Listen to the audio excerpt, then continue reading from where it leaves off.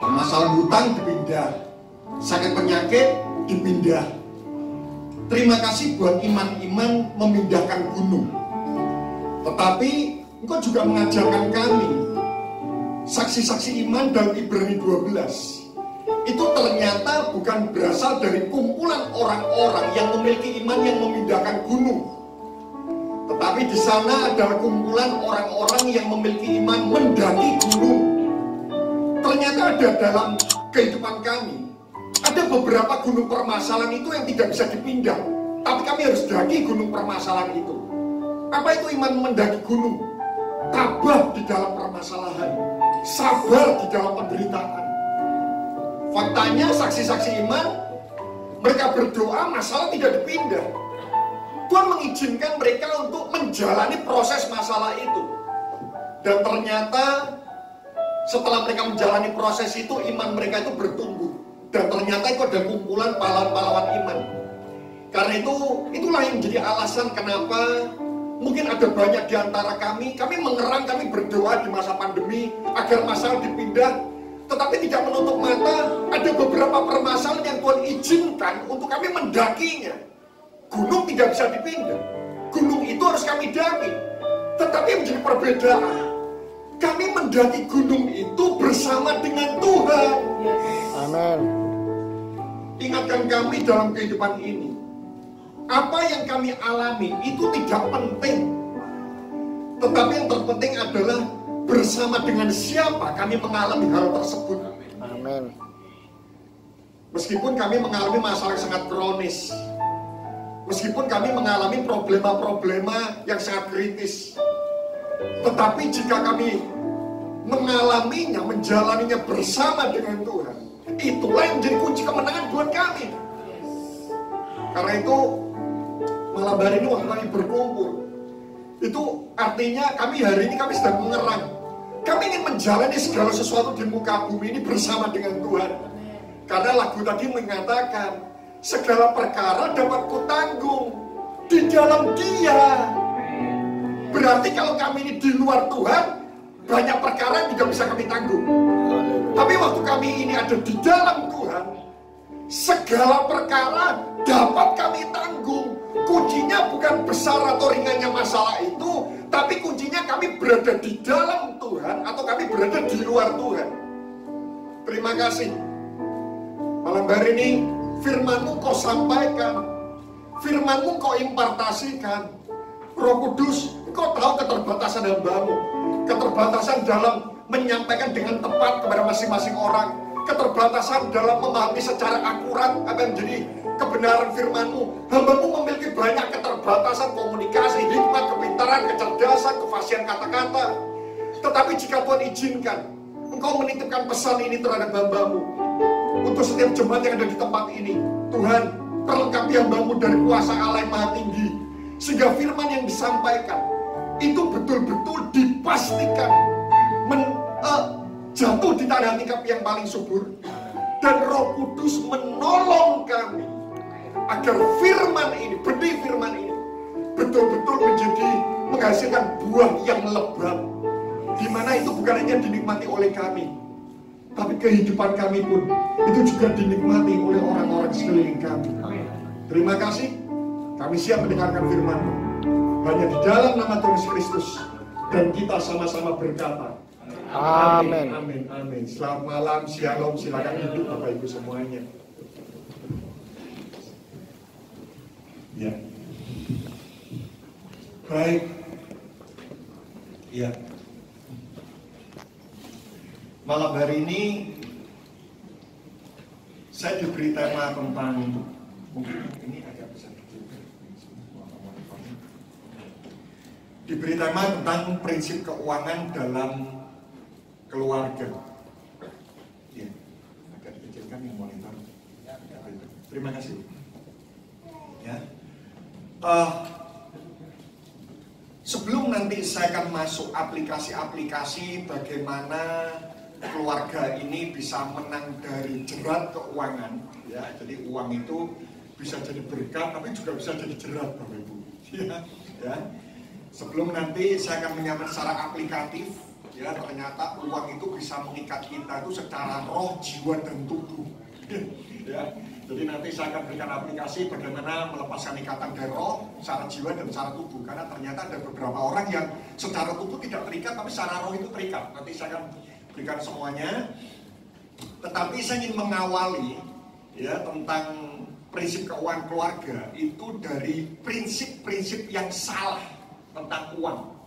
Ya, karena saya menemukan ada banyak prinsip-prinsip yang motivator gembuskan, dan itu banyak orang Kristen tanpa menyadari. Mereka meyakini prinsip itu, kelihatannya di titik awal ini tidak salah, tapi ujung akhirnya itu malah petaka. Nah, saya akan memulai dengan sebuah fakta, Bapak Ibu. Kita tidak menutup mata bahwa salah satu isu utama dalam kehidupan ini itu berbicara tentang uang. Apakah Bapak Ibu setuju dengan hal ini? Ya, salah satu isu utama dalam kehidupan ini saya menungkap itu berbicara tentang uang. Buktinya apa? Saya mengamati persentase terbesar pembicaraan kita itu selalu terkait dengan uang. Setuju atau tidak? Setuju. Apalagi Bapak Ibu yang bekerja ya 8 jam di tempat kerja bicara tentang uang, pulang ketemu istri, Pak, uang belanja.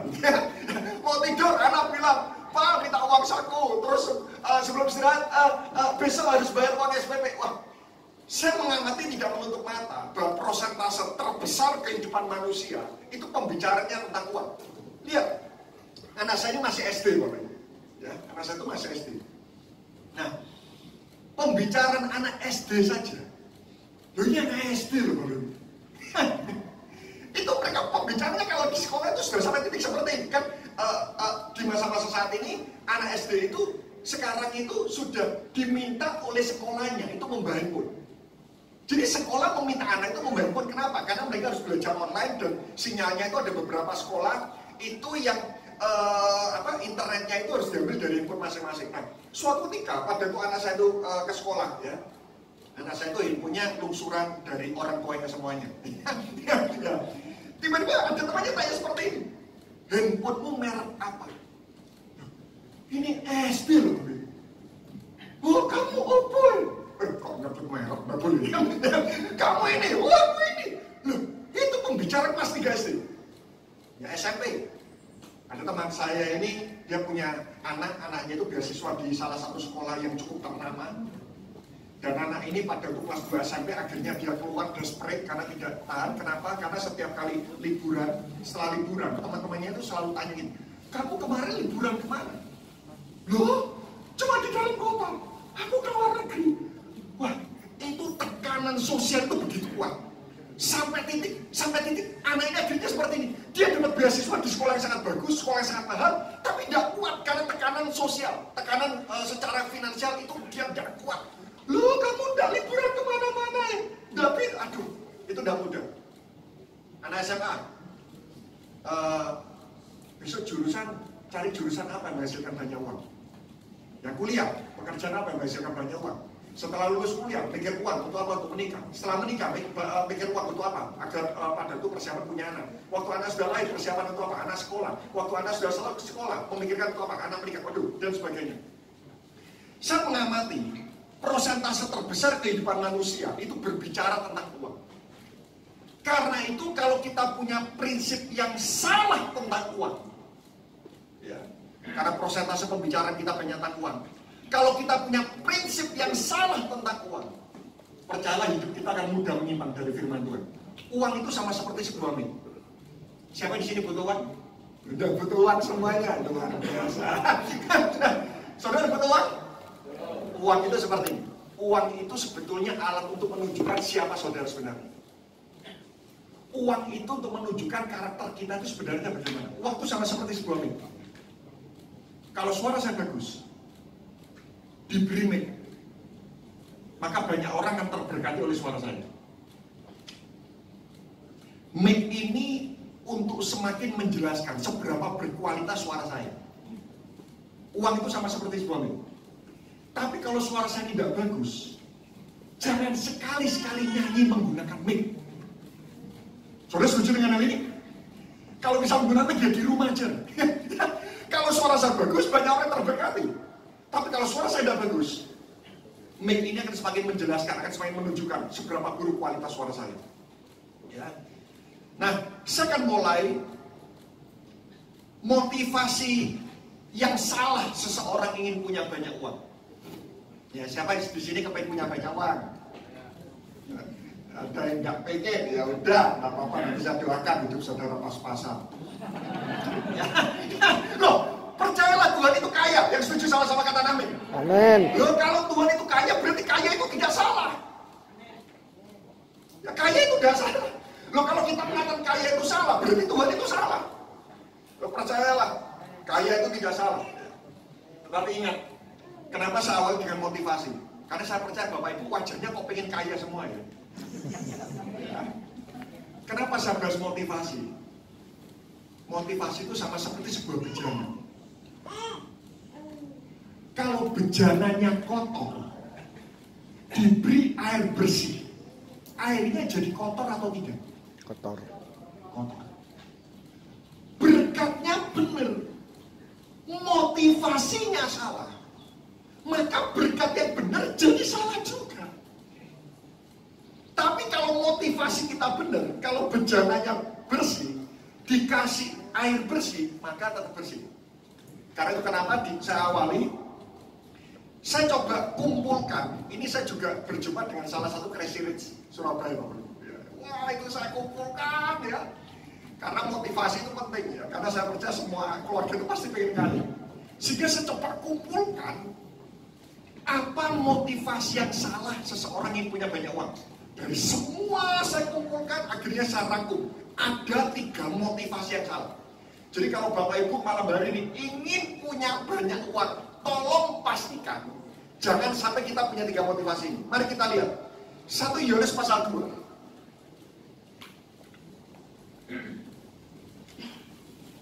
Ini saya sebut motivasi penyembah Mamonas.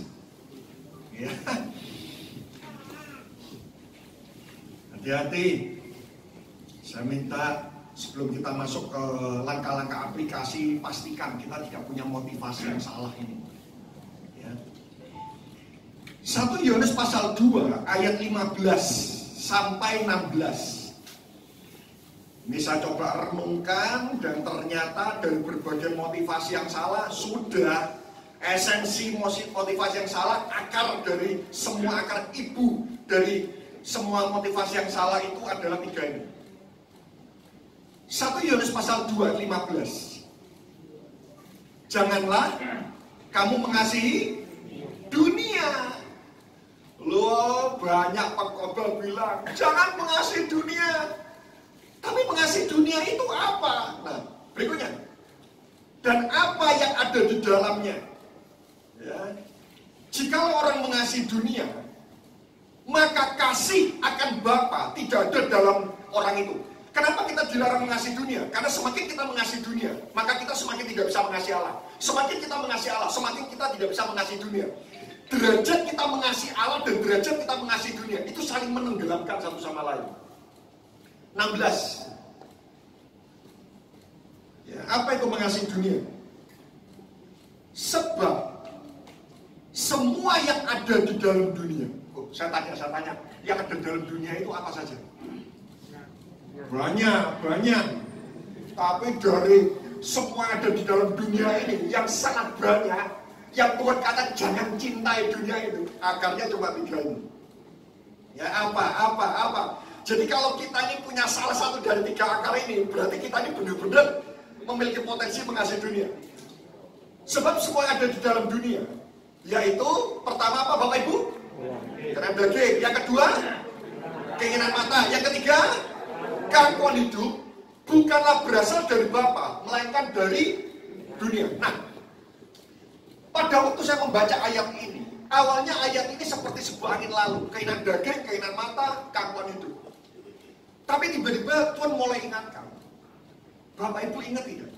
Pencobaan Yesus di padang gurun. Ada berapa? Setuju tidak? Buat iblis, musuh terhebat iblis itu adalah Yesus sendiri. Bapak Ibu setuju dengan hal ini? Ya. Berarti kalau iblis mau berhadapan dengan musuh yang paling kuat, Berarti kira-kira yang diluncurkan itu jurus-jurus andalan atau jurus-jurus biasa? Andalan. Berarti pencobaan Yesus di padang gurun itu adalah jurus andalan iblis menghancurkan kita. Dan ternyata saya menemukan 3 pencobaan Yesus di padang gurun itu sama seperti 1 Yohanes 2 ayat 16 ini. Sama. Saya tunjukkan. Yang pertama keinginan daging, sama-sama kata keinginan daging. Wow, Yesus saja dicobai keinginan daging. Hati-hati, kalau ini ada jurus andalan berarti bisa loh rumah tangga dicoba ini. Keinginan daging, waktu itu iblis memberikan pencobaan Yesus apa?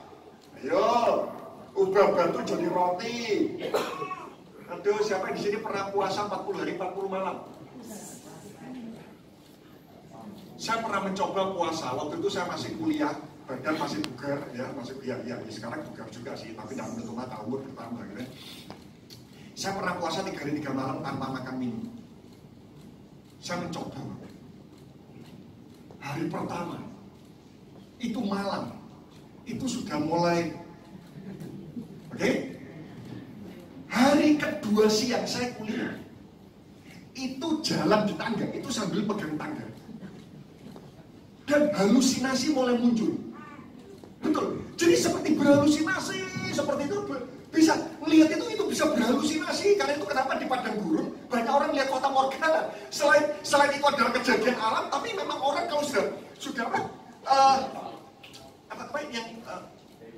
dehidrasi, itu sudah mulai halusinasi. Hari kedua malam itu saya tidur, itu mimpi itu sudah aneh-aneh semua sudah. Nah saya bayangkan, itu saya masih tidur di ruang ber-AC. Bisa bayangkan Yesus 40 hari 40 malam di padang gurun tanpa makan minum. Saya percaya Yesus waktu itu melihat roti yang bunder itu seperti bretok. Ya, ubah batu jadi roti, keinginan daging. Ya. Apa itu keinginan daging? Saya definisikan satu persatu. Apa itu keinginan daging? Yuk suami istri, coba sambil evaluasi ya. Keinginan daging itu seperti ini. Memiliki keinginan yang kuat untuk memuaskan diri dengan hal-hal yang bersifat sementara. Saya ulang lagi, apa itu keinginan daging? Memiliki keinginan yang sangat kuat untuk memuaskan diri dengan hal-hal yang bersifat sementara, sampai tidak rasional mengorbankan hal-hal yang penting untuk kesenangan sesaat. Nah, setiap orang itu keinginan dagingnya macam-macam. Ada yang makanan, ya semua akan sudah pokoknya nggak tahu besok makan apa. Yang penting sekarang. Nah, setiap orang itu macam-macam keinginan daging. Ada yang handphone. Saya pernah suatu ketika datang di sebuah toko. Ya, saya datang di sebuah toko. Saya ini punya prinsip, saya tidak akan pernah ganti handphone kalau sebelum handphone saya itu rusak. Betul-betul rusak, saya ganti handphone. Nah, suatu kali waktu itu saya beli handphone di sebuah toko ya. Lalu ada suami istri ya. Terlihat suami istri ini bukan menghakimi, tapi kita juga punya kecerdasan akal budi untuk memberikan penilaian. Secara finansial saya melihat, saya mengamati ya, keluarga ini sangat biasa sekali. Ya, pada waktu saya duduk, saya beli handphone, ya, mereka beli handphone yang jauh lebih mahal daripada saya. Saya kan, oke, tidak ada masalah katanya. Tapi waktu mereka beli handphone, tiba-tiba suaminya ini bisik-bisik, tapi saya dengar, itu uangnya dari mana? Gampang, nyicil. Okay? Terus dia tanda tanya cicilan ya. Waktu tanda tanya cicilan, wajahnya suaminya itu kusut. Saya lihat sampai 1,5 jam proses cicilan itu baru selesai.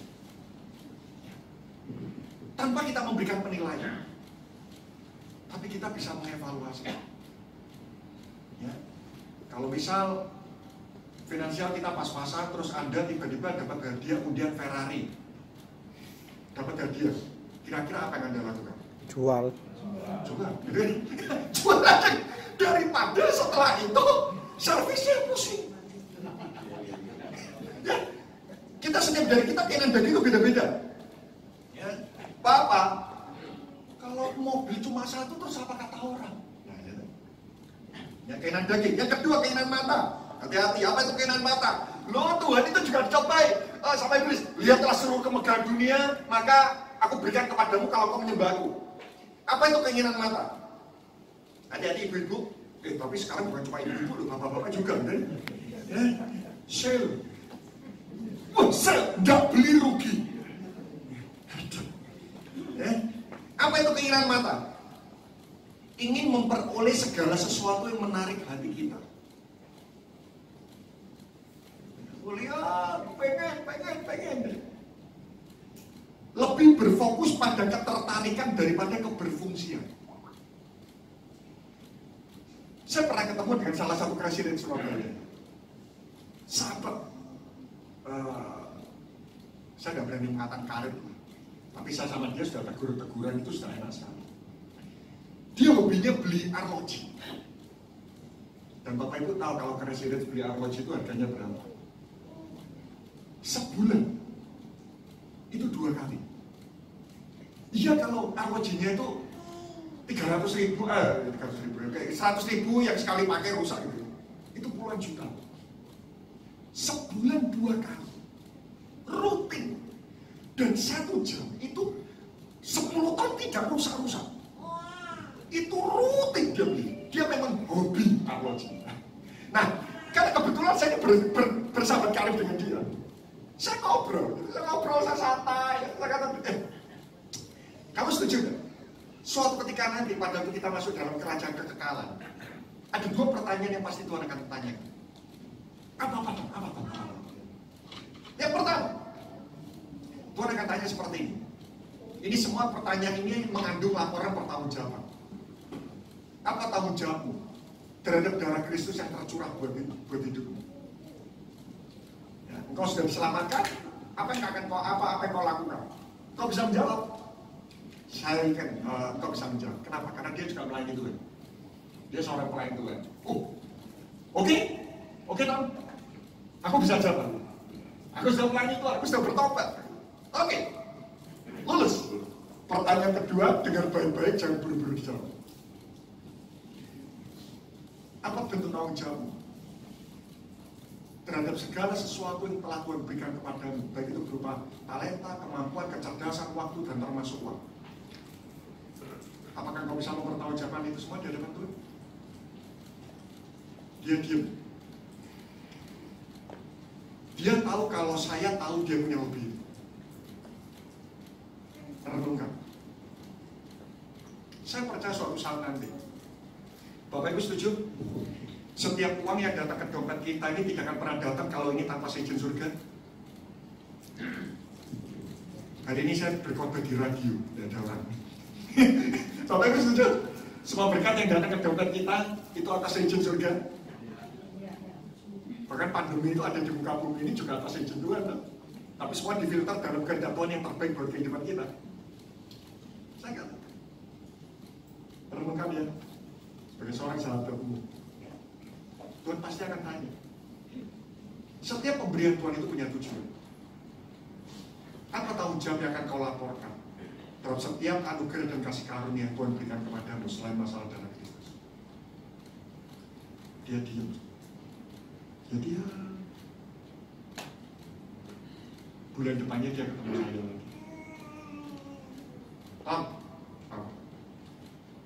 Aku tinggalkan hobi itu. Nah, orang kalau motivasinya benar, Tuhan itu tidak pernah sayang memberikan semua berkat di surga itu dalam hidup. Dan amat. Yang ketiga, keangkuhan hidup. Ya, keangkuhan hidup. Harga diri. Kalau bajuku tidak bermerek kok leherku gatal. Ya, keangkuhan hidup. Waktu itu iblis mencobai Yesus.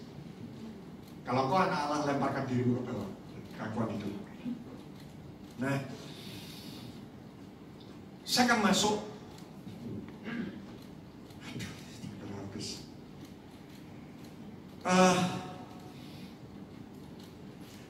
dua tipu daya iblis. Ya, saya percepat Bapak Ibu ya. Ada dua tipu daya iblis tentang uang. Kalau saya mengatakan tipu daya, berarti Bapak Ibu setuju? Namanya orang tertipu itu tidak tahu dirinya ditipu. Setuju? Setuju. Setuju ya? Nah, kenapa saya sebut tipu daya? Karena dua prinsip ini kelihatannya benar, tapi sebenarnya salah. Ada dua tipu daya iblis yang dihembuskan melalui dunia ini, dan saat ini banyak diyakini orang percaya. Kelihatannya benar, tapi efek jangka panjangnya sangat berbahaya. Yang pertama, ya ini dua tipu daya iblis tentang uang. Yang pertama, uang adalah kehidupan. Makin punya banyak uang, hidupmu makin terjamin. Sebentar. Jangan buru-buru. Saya tidak setuju Pak, jangan dulu. Jangan buru-buru dulu. Makin punya banyak uang, hidupmu makin terjamin. Ya. Percayalah kalau ada orang meyakini prinsip ini, maka iblis tinggal menunggangi saja untuk menyimpangkan hidup kita dari kebenaran firman. Nanti saudara baca di rumah, Matius pasal 7 ayat 24-27. Ya, ada dua orang, yang satu dikatakan orang bodoh, yang satu dikatakan orang bijaksana. Siapa itu orang bijaksana? Orang yang menaruh dasar hidupnya itu pada batu. Apa itu batu? Batu karang rohani, itu bicara segala sesuatu yang tidak mudah tergoncangkan, dan itu adalah firman. Yang kedua itu orang yang menaruh dasar hidupnya itu pada pasir. Sama-sama kata pasir. Pasir ini berbicara segala sesuatu yang mudah tergoncangkan. Ya. Ada orang yang menaruh dasar hidupnya pada firman, itu batu. Kata orang bijaksana, apapun permasalahan yang melanda, hujan, badai, banjir, itu tidak akan pernah menggoncangkan. Tapi ada orang yang menaruh dasar hidupnya itu pada pasir. Apa itu pasir? Segala sesuatu mudah tergoncangkan. Karena itu kenapa saya mengatakan pandemi itu adalah cara Tuhan untuk menunjukkan kita apa pondasi keluarga kita. Yang setuju sama-sama kata Amin? Amin. Jadi pandemi ini Tuhan punya tujuan atas pandemi. Loh, kalau Tuhan tidak punya tujuan atas pandemi, kenapa kok sampai pandemi diizinkan terjadi di muka bumi ini selama 2 tahun? Kalau Tuhan mengizinkan pandemi itu terjadi, berarti Tuhan punya tujuan atas pandemi. Yang setuju sama-sama kata Amin? Tuhan ingin menggunakan pandemi untuk menuntaskan rencananya di muka bumi ini. Dan salah satu rencana Tuhan atas keluarga kita itu adalah Tuhan ingin dasar kehidupan rumah tangga kita itu bukan berasal dari pasir tapi dari batu. Salah satu pasir kehidupan, kepintaran. Ada orang mengatakan makin pintar hidupmu makin terjamin. Percayalah di masa pandemi ini, semua ahli ekonomi semua rontok. Bapak Ibu setuju dengan hal ini? Apa itu pasir kehidupan lagi? Koneksi. Apa itu pasir kehidupan lagi? Posisi. Tidak menutup mata. Saya tanya, siapa di tempat ini yang pondasi hidupnya murni batu? Nah, betul ya? Buktinya waktu pandemi tergoncang atau tidak? Tergoncang atau tidak di sini? Tidak tergoncang. Loh, kalau tidak tergoncang, saya akan tetap kasih doa berkat. Berarti kan firman Tuhan sudah berhasil, gitu kan? Kira-kira berubah hal itu. Pilih kan, yang mana yang sesuai. Pilihan A, pondasi keluarga kita semua sudah batu karang. Pilihan B, pondasi keluarga kita semuanya masih pasir. Yang C, pondasi keluarga kita ada batunya dan ada pasirnya. Yang apa? C. Nah, berarti Tuhan kan ingin pondasi rumah tangga kita itu semuanya batu. Kalau mobil itu penuh debu, bagaimana cara membersihkan debu dari mobil? Diapakan? Semprot air. Disemprot air. Nah, Tuhan itu melihat loh, dan kita semua mengkonfirmasi, semua pondasi rumah tangga kita ada batunya dan ada pasirnya. Bagaimana cara membersihkan pasir-pasir kehidupan? Disemprot pakai pandemi. Sampai satu titik kita tahu kepintaran tidak menolong, koneksi tidak menolong, hanya kebersamaan kita bersama dengan Tuhan itu memberikan jaminan dalam hidup kita. Jadi bersyukur karena masa pandemi. Wah, ternyata Pandemi itu dipakai Tuhan untuk menuntaskan rencananya. Aduh, iblis itu pembuat masalah yang hebat, tapi Allah itu pengguna masalah yang hebat. Sekali lagi, iblis itu pencipta masalah, Allah itu pengguna masalah, digunakan untuk kebaikan kita semuanya. Loh, buktinya, saya tanya, siapa yang di sini, saudara mengalami janji Tuhan yang lebih banyak pada pandemi daripada sebelum pandemi? Tidak ada, cuma satu. Ya saya doakan kita semua mengalami pandemi lebih panjang. Loh, saya mengamati loh, di masa pandemi, gereja bertumbuh dalam hal kepedulian. Gereja bertumbuh dalam hal pengalaman janji-janji Tuhan. Pak, saya di masa pandemi, saya banyak mengalami janji Tuhan. Wow, ternyata gereja mengalami pertumbuhan. Justru di masa pandemi. Karena itu kenapa saya mengatakan pandemi buat dunia hukuman, buat gereja Tuhan, buat keluarga itu adalah pemurnian. Ya, saya akan masuk dah. Bagaimana langkah-langkah kita menang dari jerat keuangan? Yang pertama, ya manusia itu terdiri dari roh, jiwa, dan tubuh. Ya, ternyata sekali lagi uang, mamon itu ternyata bukan uang. Mamon itu dari bahasa asli mamonas yang artinya dewa keuangan, dewa kelimpahan. Jadi waktu Tuhan mengatakan kau tidak bisa menyembah Allah atau mamon, itu Tuhan bukan membandingkan dirinya dengan benda, tapi Allah membandingkan dirinya dengan pribadi yang namanya dewa kelimpahan. Namanya dewa kalau disembah itu ikatannya itu roh, jiwa, dan tubuh. Ya, yang pertama, bagaimana cara melepaskan keterikatan terhadap uang secara roh? Yang pertama, saya sebut prinsip pemeliharaan. Ya, bagaimana melepaskan jerat keuangan secara roh? Yang pertama, saya sebut prinsip pemeliharaan. Apa itu prinsip pemeliharaan? Prinsip pemeliharaan mengatakan pemeliharaan hidup kita itu bukan berasal dari Tuhan. Sorry. Pemeliharaan hidup kita berasal dari Tuhan, bukan dari uang. Yaitu secara roh. Ya, pemeliharaan kehidupan kita itu berasal dari Tuhan, bukan dari uang. Bapak Ibu, waktu pandemi, istri saya kena tumor otak.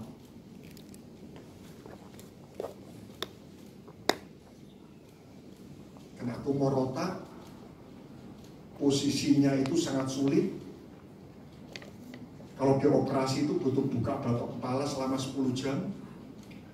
Dan sebelum alat itu masuk, itu harus melalui tumornya tidak berbahaya, posisinya sangat berbahaya. Itu alat itu harus melalui melalui syaraf 5, 7, dan 8. Syaraf 5 itu syaraf wajah. Jadi kalau dokter mau operasi kesentuh sedikit syaraf 5 itu wajah merah. Syaraf 7 itu syaraf telinga, kesentuh sedikit tuli. Syaraf 8 itu alam bawah sadar, kesentuh sedikit koma sumber hidup. 10 jam. Itu tidak boleh tremor, bersin aja tidak boleh. 10 jam masa pandemi. Kalau tidak salah saya pernah cerita di tempat ini. Waktu anak saya lahir, kembar, dua-duanya prematur. Saya pernah cerita di tempat ini atau tidak? Belum. Anak saya lahir itu beratnya 1 kilo. Bisa bayangkan gula 1 kilo berbentuk manusia. Mata hampir buta, jantung bocor, usus melorot. Wah, kami habis-habisan betul, kembar gitu. Bisa bahkan bayi di ICU 2 bulan 2. Itu 1 hari biaya ICU, itu sampai dengan 1 bulan pemasukan saya jika saya tidak makan, minum, dan tidak bayar tagihan. Dan itu 2 bulan. Setelah itu selesai, bernafas lega sedikit, istri saya kena tumor otak. Aduh, tapi saya melihat dari hal itu, setelah kami melalui semuanya itu, saya katakan seperti ini. Saudara, dalam hidup ini jangan pernah khawatir tentang uang. Kita khawatir tentang uang, itu menghina Tuhan. Wah, pada waktu istri saya kena tumor otak itu, heran, istri saya itu bisa tenang sekali. Tenang, tidak takut sedikit pun. Saya bingung, Suatu ketika waktu pagi hari, tiba-tiba istri saya itu tanya ke saya seperti itu. Koko, kalau aku ini meninggal, kamu menikah lagi atau tidak? Ya, suami. Kalau istri ada bertanya seperti itu, usia saya masih usia saya berapa? 35. Usia saya 44. Ya. Istri saya, tapi waktu itu dia bertanya dalam ketenangan, betul-betul tenang, tidak takut sedikit pun. Padahal kepala itu kesakitan, dia 2 jam aktivitas, dia harus tidur lagi, kesakitan kepalanya. Dia tanya, kok sambil guyon, kalau aku meninggal duluan, kamu menikah lagi atau tidak?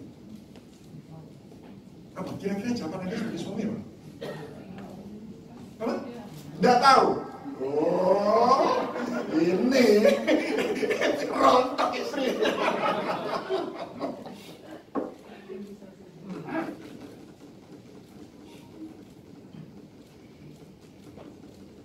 Satu hal yang saya minta kepada Tuhan, setiap saat, Tuhan, saya ingin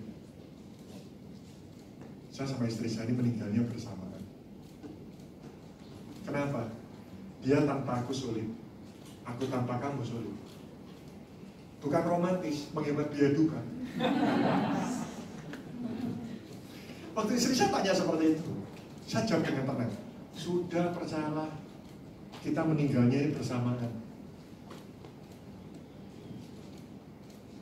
Penyakit itu tidak akan pernah membawa kematian. Kalau kau meninggal, ya berarti Tuhan harus buat aku meninggal. Lu bayangkan, saya membesarkan anak kembar tanpa peran seorang ibu. Wah. Dari hal itu kami melalui semuanya. Berulang kali loh dalam kehidupan rumah tangga kami waktu dari awal, mati aku. Siapa di sini pernah mengatakan itu? Tapi buktinya sampai sekarang saya tidak mati-mati.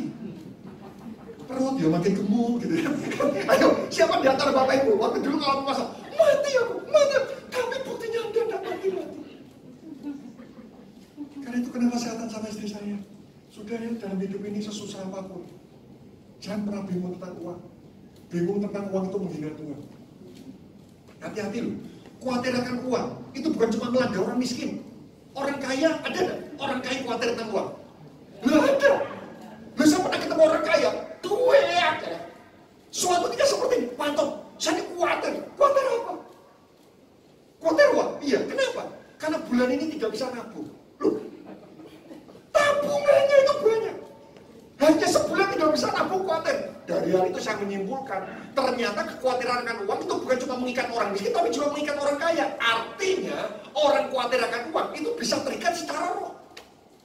Sudah mulai hari ini kita harus meyakini, pemeliharaan hidup kita itu bukan berasal dari uang, tapi dari Tuhan. Amen. Ada yang mengatakan, kesehatan butuh uang. Saya setuju, tapi saya lebih mengatakan, kesehatan itu butuh Tuhan. Amin. Loh, buktinya ada orang punya uang banyak ya. Sudah, kita punya uang banyak, kesandung batu kecil, itu bisa mati. Tapi ada orang yang kesandung terus, sudah mati. Sudah, sekali lagi saya setuju. Kesehatan butuh uang. Tapi kesehatan lebih butuh Tuhan dong. Sudah, ada orang mengatakan, Pak, manusia hidup kan butuh uang, saya setuju. Tapi saya mengatakan seperti ini, agar kita cerdas kita butuh nutrisi, betul? Betul. Tapi nutrisi itu tidak bisa menjamin kita jadi orang cerdas. Setuju nggak? Setuju. Agar pintar kita butuh nutrisi. Tapi nutrisi tidak bisa menjamin kita jadi orang pintar. Dalam hidup ini kita butuh uang. Tapi uang tidak bisa menjamin kehidupan kita. Yang kedua, secara jiwa, saya percepat ya. Secara jiwa, saya akan hancurkan keterikatan akan uang secara jiwa itu dengan prinsip rasa cinta. Apa itu prinsip rasa cinta? Kekuatan cinta antara suami istri harus lebih besar daripada rasa cinta kita terhadap uang. Ya, ini ada banyak kesalahannya, tapi ayat nggak memungkinkan. Saya tanya. Harusnya anak itu lebih cinta orang tua atau lebih cinta uang? Harusnya orang tua. Tapi kadang-kadang ada orang tua minta sesuatu, anak juga ada kesulitan. Harusnya suami itu lebih cinta istri atau lebih cinta uang? Ya, tapi suami barusan beli mobil, istri nabrakan dikaplok. Ini ada banyak dasar ayatnya.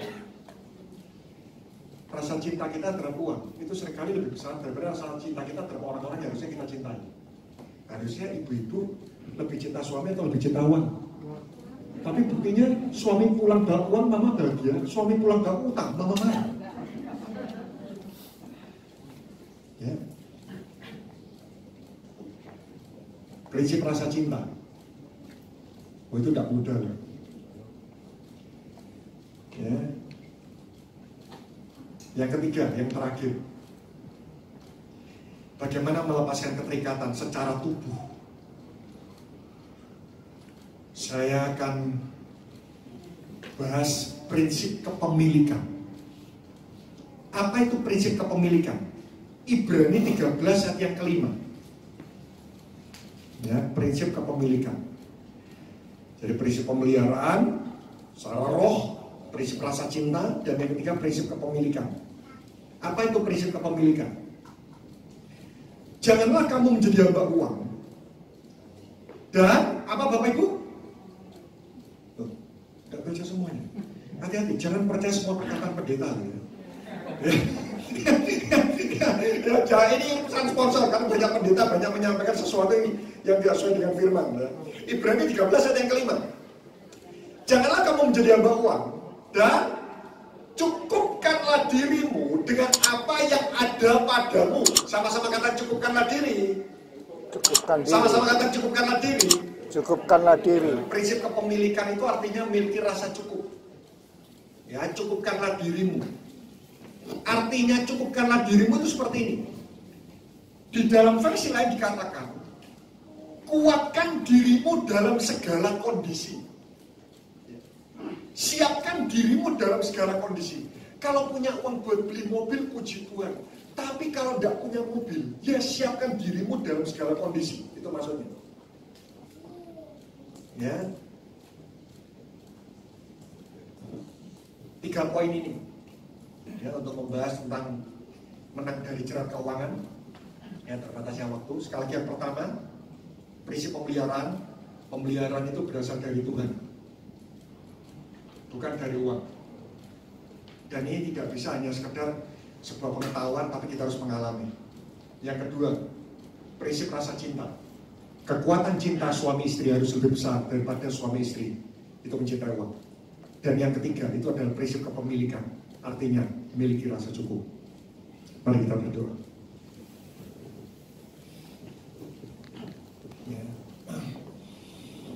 Ya Tuhan, ya Tuhan, ya Tuhan, ya Tuhan. Firman-Mu telah Engkau sampaikan. Kami berdoa agar kebenaran firman ini betul-betul dapat menolong kami dalam menghadapi saingan terbesar Tuhan. Kami berdoa ada begitu banyak problema-problema yang dihasilkan, yang dimunculkan karena manifestasi sebuah uang. Karena itu kenapa salah satu solusinya adalah kami harus memiliki pengalaman hidup bersama dengan Tuhan. Karena itu Bapa, di dalam nama Yesus mau berdoa, biarlah kami semua di tempat ini, biarlah firman ini dapat betul-betul menjadi dasar kehidupan kami. Kami renungkan, suami istri sepakat, jika hari ini suami istri bisa datang bersama-sama, artinya ada sebuah kesepakatan bersama-sama yang bisa dimunculkan dalam rumah tangga. Ada budaya baru yang akan dimunculkan dalam rumah tangga. Sehingga biarlah setiap keluarga mulai hari ini mereka dapat menjadi seorang pengelola keuangan yang baik.